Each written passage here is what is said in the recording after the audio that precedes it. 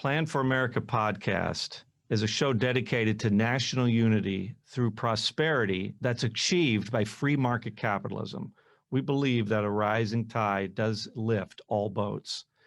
This show will be positive, solution-oriented, and nonpartisan. Our only agenda is for the prosperity of our country and her people. All are welcome here. This show will not be argumentative or incendiary, sensational, or polarizing and divisive. What we are presenting is a positive solution to one of America's greatest problems.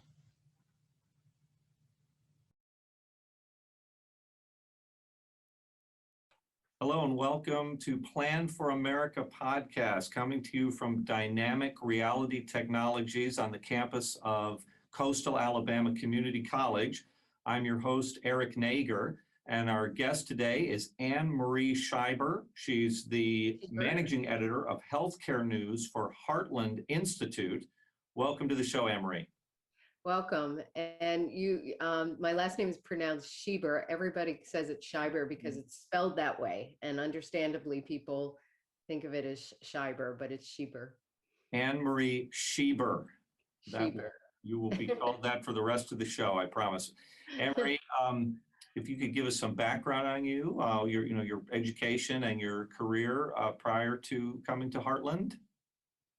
Well, my background is predominantly in journalism. I left college. I went to Villanova University many years ago and immediately got right into the television news industry, where I lived in various parts of the country and worked at, my goodness, probably 6, 7, 8 stations in my career.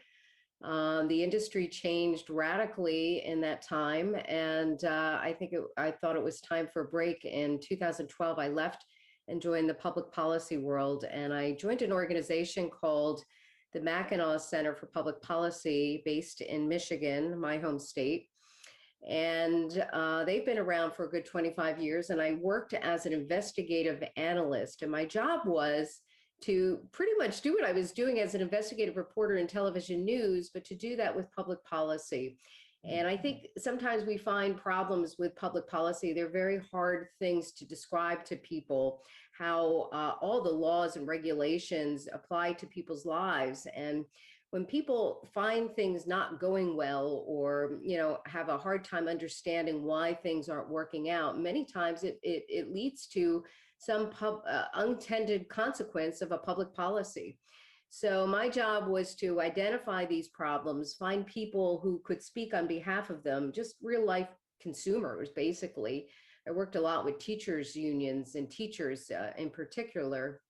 I also did a lot in healthcare.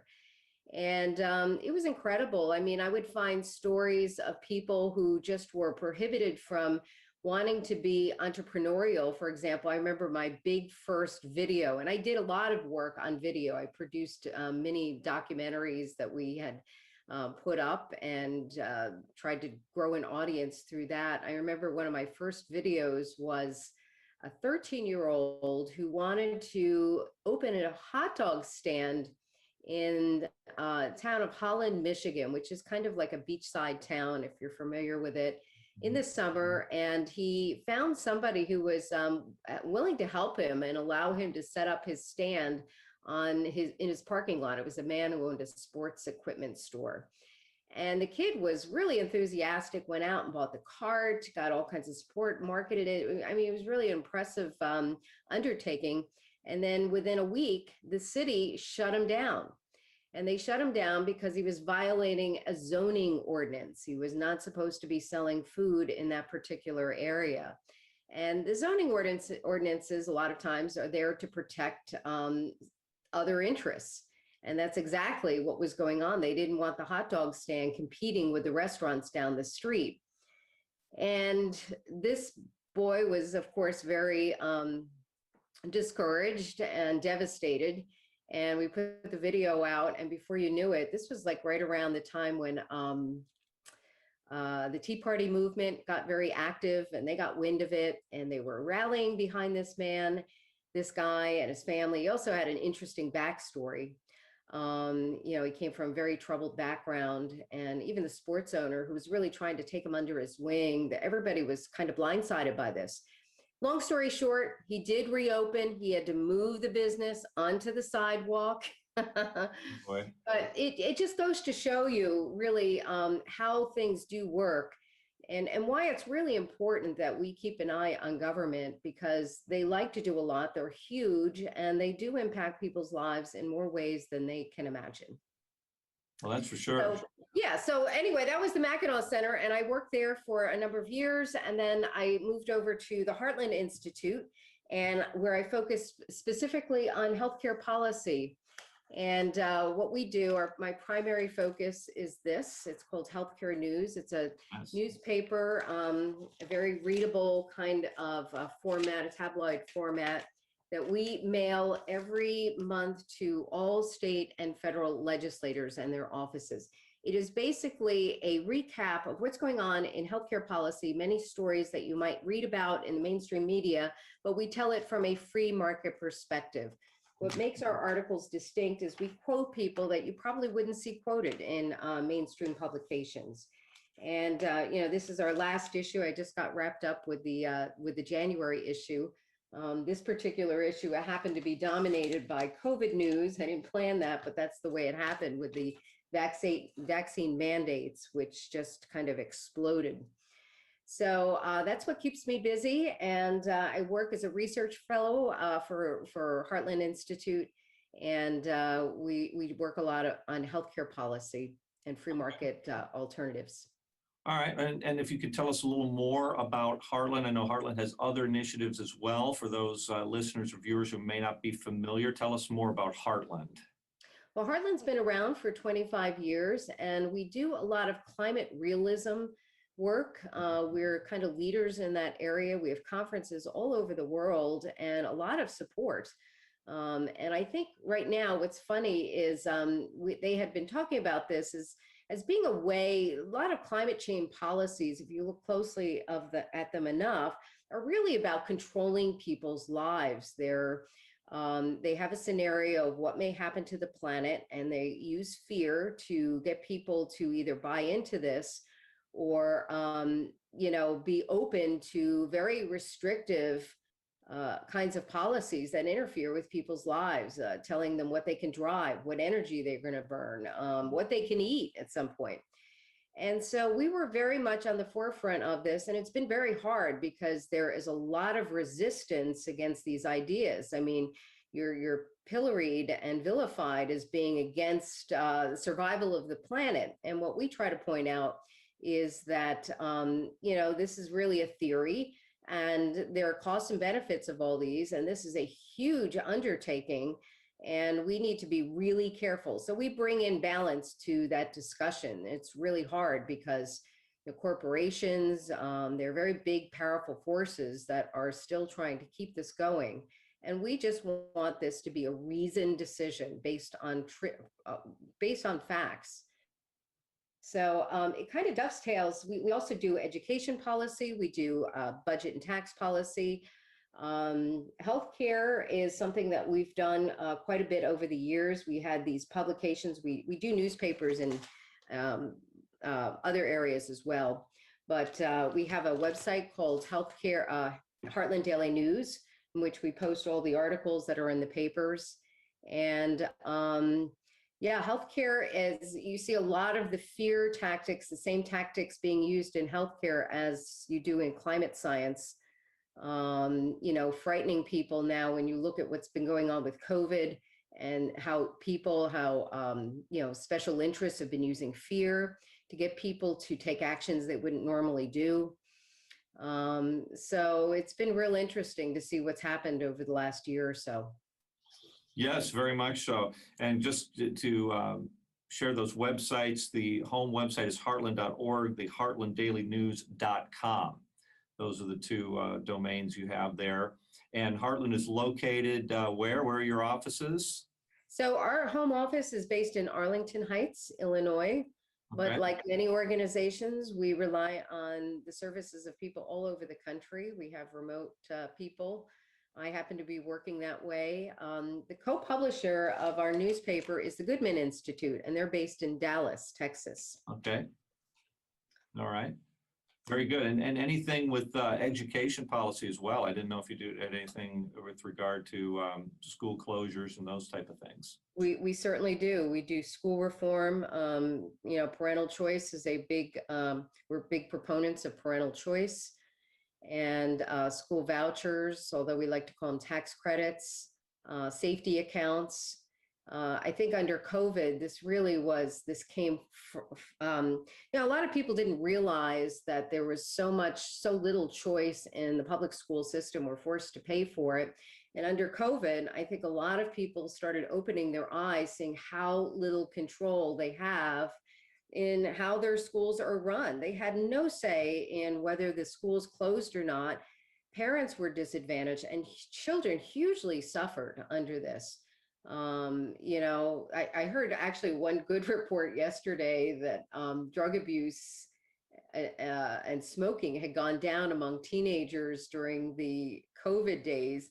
And I can only surmise it's because kids were forced to stay home and probably under more supervision. So that doesn't speak very highly of schools being open. But in any case, I think, parents had to make do.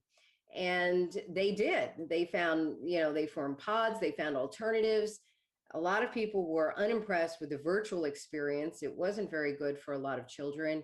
And they found other alternatives. And I think when they were done, they said, well, what's the point? I mean, they started looking more seriously at private schools, charter schools, alternatives to education.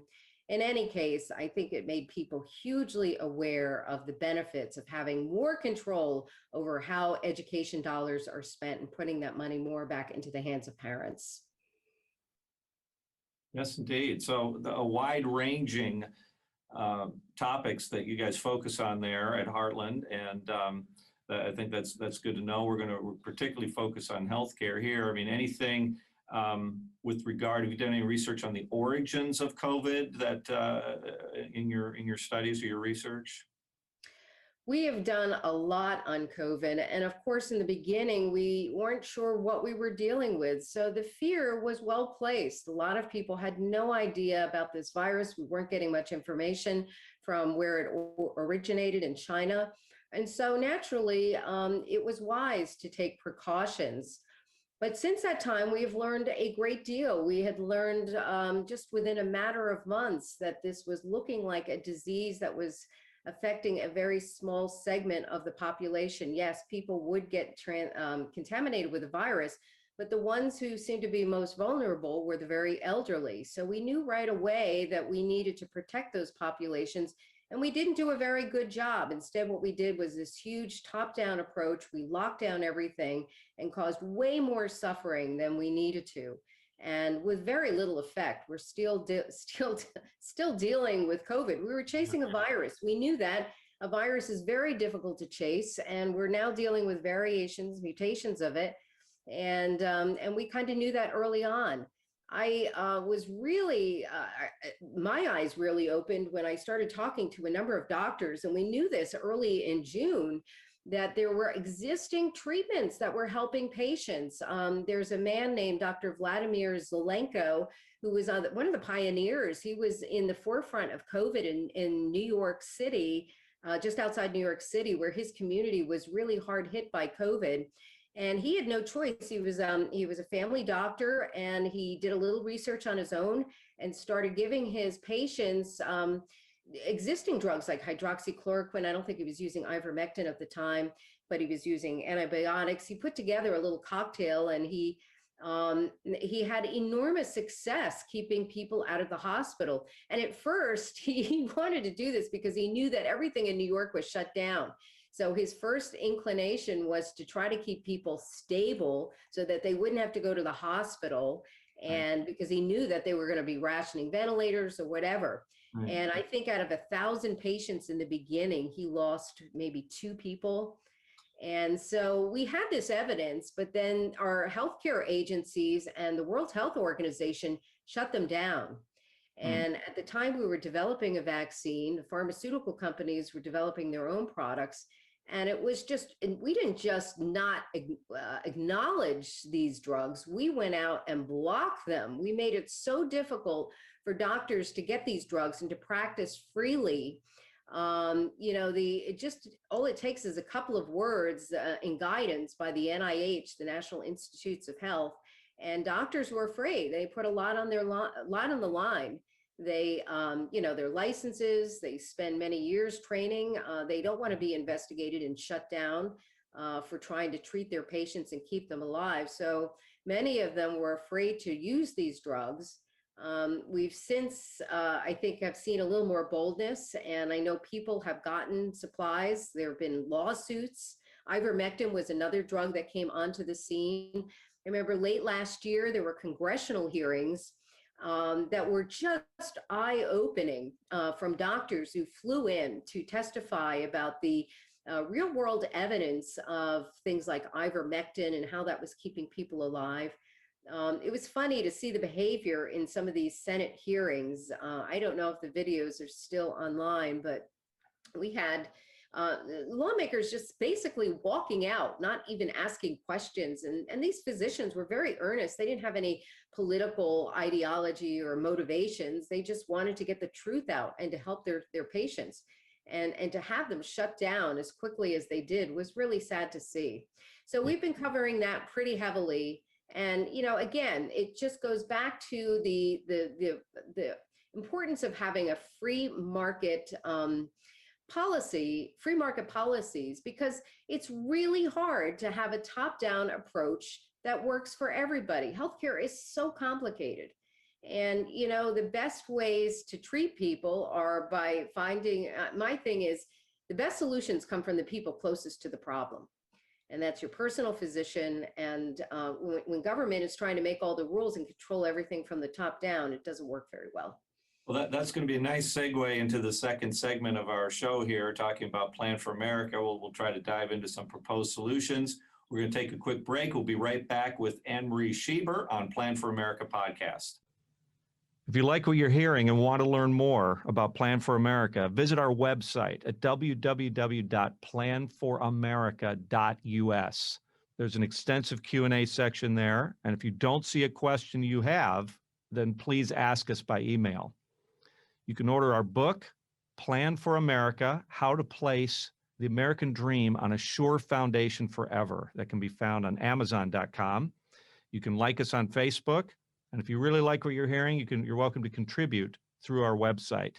Plan for America is a nonprofit 501c3 organization, and all contributions are tax deductible. Welcome back to Plan for America podcast. I'm your host, Eric Nager. I'm in Fairhope, Alabama. Our guest is Annemarie Schieber. She's in Michigan. She's with Heartland Institute, and she is the managing editor of Healthcare News, which is, as you might expect, a healthcare publication that covers a wide variety of healthcare topics. And I want to talk to you now, Annemarie, about Plan for America as a free market solution, because as you pointed out in the first segment, free market is probably the best way to go, and because healthcare is so individualized, a one-size-fits-all approach really does not work. So let's start by painting a picture of how unsustainable the current path is with Medicare, Medicaid, and the demographics and the costs and everything like that. Can you share with us your thoughts on that? Well, the clock is ticking. Yes. And, I didn't know much about the Plan for America. You and I had met at the Freedom Fest forum in South Dakota in the summer, and you had shared with me this plan. I thought it was very cool and interesting, and I looked more into it. I did an interview with Terry a couple of weeks ago and read the proposal, and there are a lot of things that I like about the Plan for America. The number one thing is that it offers a way around the trust fund insolvability problems, which we understand are going to come full force by the middle of this century. and something's going to have to happen. It's a pay as you go system. It's paying out more than it's taking in, and these trust funds are shrinking by the minute. And if we don't do something, we either face higher taxes, reduced benefits, or both. And, I like the idea that it puts the healthcare market back into the hands of the private sector. Government programs don't do a very good job. They have high administrative costs. They're very inflexible. They have a hard time controlling waste, fraud, and abuse. A lot of that money is siphoned off, doesn't even get to the patient. So we have a lot of waste. The nice thing about putting this back into the hands of the private sector is that, generally these companies, they have their own skin in the game. They make sure that the money is spent efficiently, that it's not wasted. They compete against one another, so their customers are always first and foremost. And on the Social Security end, I like the idea that you get your retirement money back. I had some friends, sadly, who died unexpectedly in their 50s, right before they were going to be eligible for Medicare. And they had one son. And I thought, their son was over 18, so he got no survivor benefits under this. He got nothing. So, his parents had paid into this program for years, and there was nothing left for him. And what's nice about this plan is that the money that you put aside goes to your heirs. There's an account. That's And correct. it really doesn't cost anybody. I mean, there's the costs of this are not there up front, because we just basically take the payroll tax and put it into this trust where it grows using the market. And so there's growth in it. We have money set aside. And then you have, 3 ways that you could get the money back, and you get the highest. It's whatever's the highest. That's I right. don't know Those are who want the guaranteed level lowest, but return. That's right. But just to focus on the healthcare side, you're talking about the retirement side. Basically, what happens is everyone who opts into the plan, it's not compulsory. It's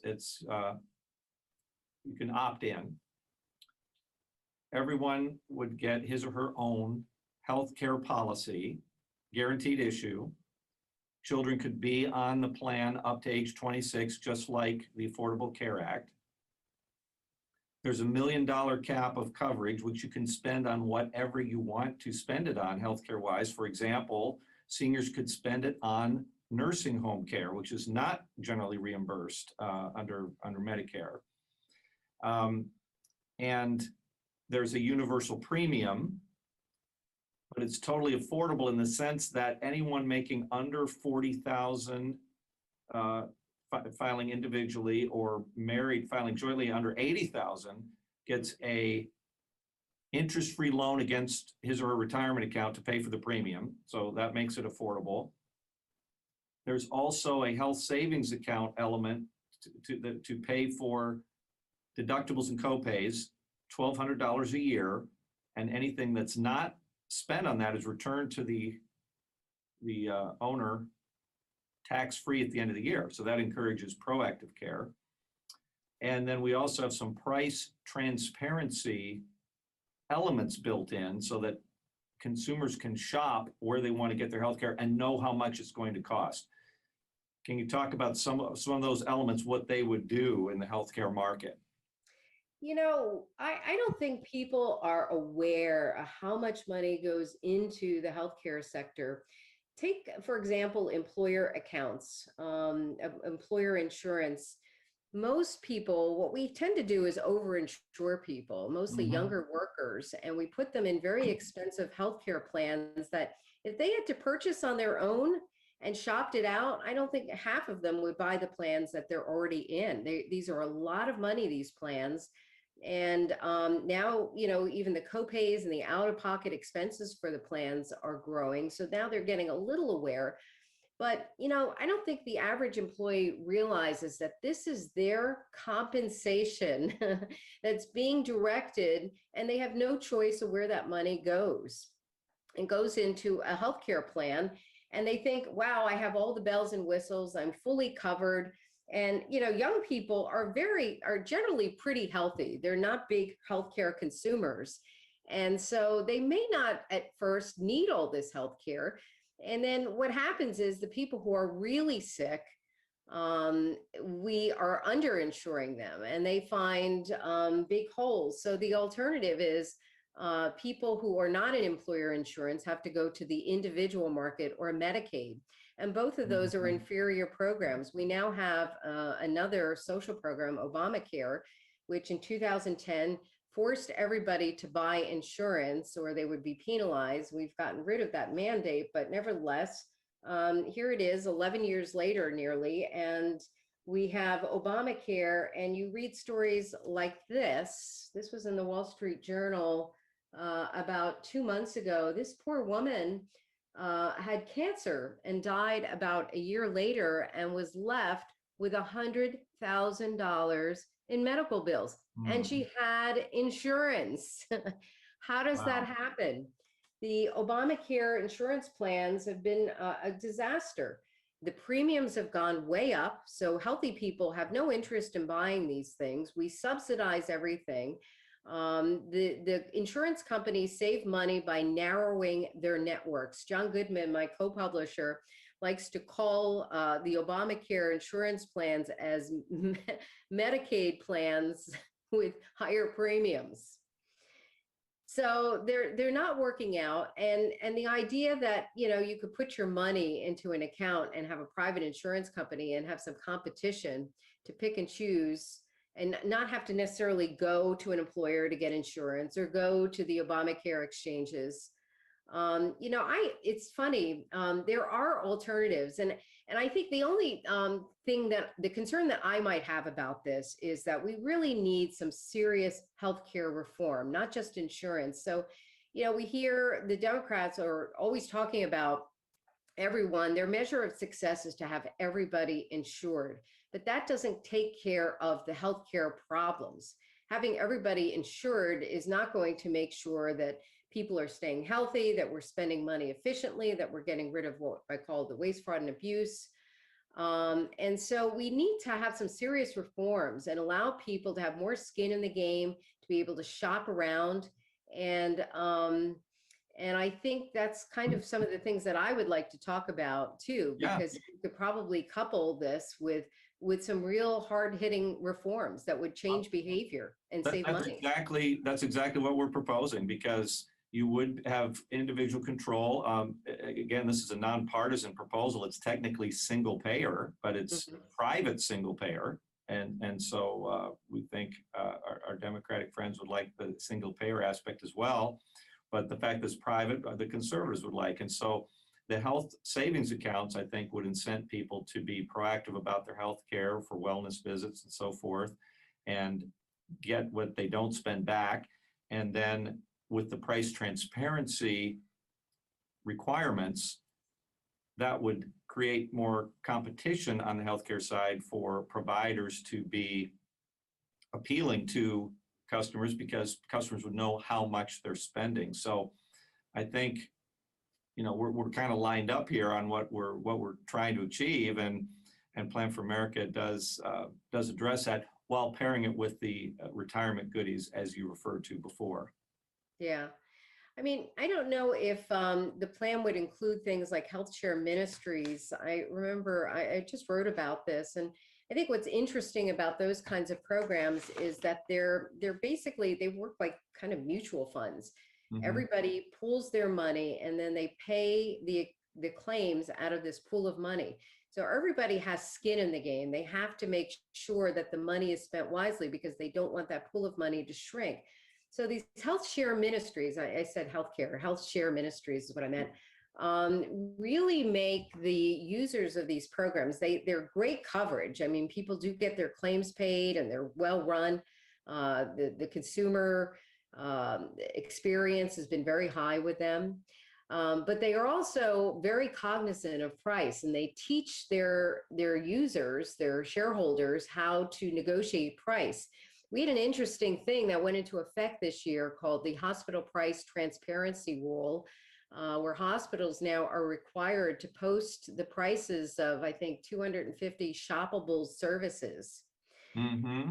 And so, groups like this, we have a lot of people come in from Canada and pay directly for healthcare services. And so they're very cognizant of the prices. They do shop around. And so now all these prices have to be put online, and you can compare and see what hospitals are charging for different services. When I was working on this particular article, I heard a story of a woman in Georgia who had to get some medical procedure at a hospital, and they wanted to charge her a certain amount. And she compared the price at a place called the the Surgical Center of Oklahoma. I don't know if you're familiar with them. I'm not. It's kind of a freestanding direct pay facility. It's kind of like, I don't want to call it a Costco of surgical centers, but you can go on their website and they list all the surgeries that they do and the price you pay, and that's it.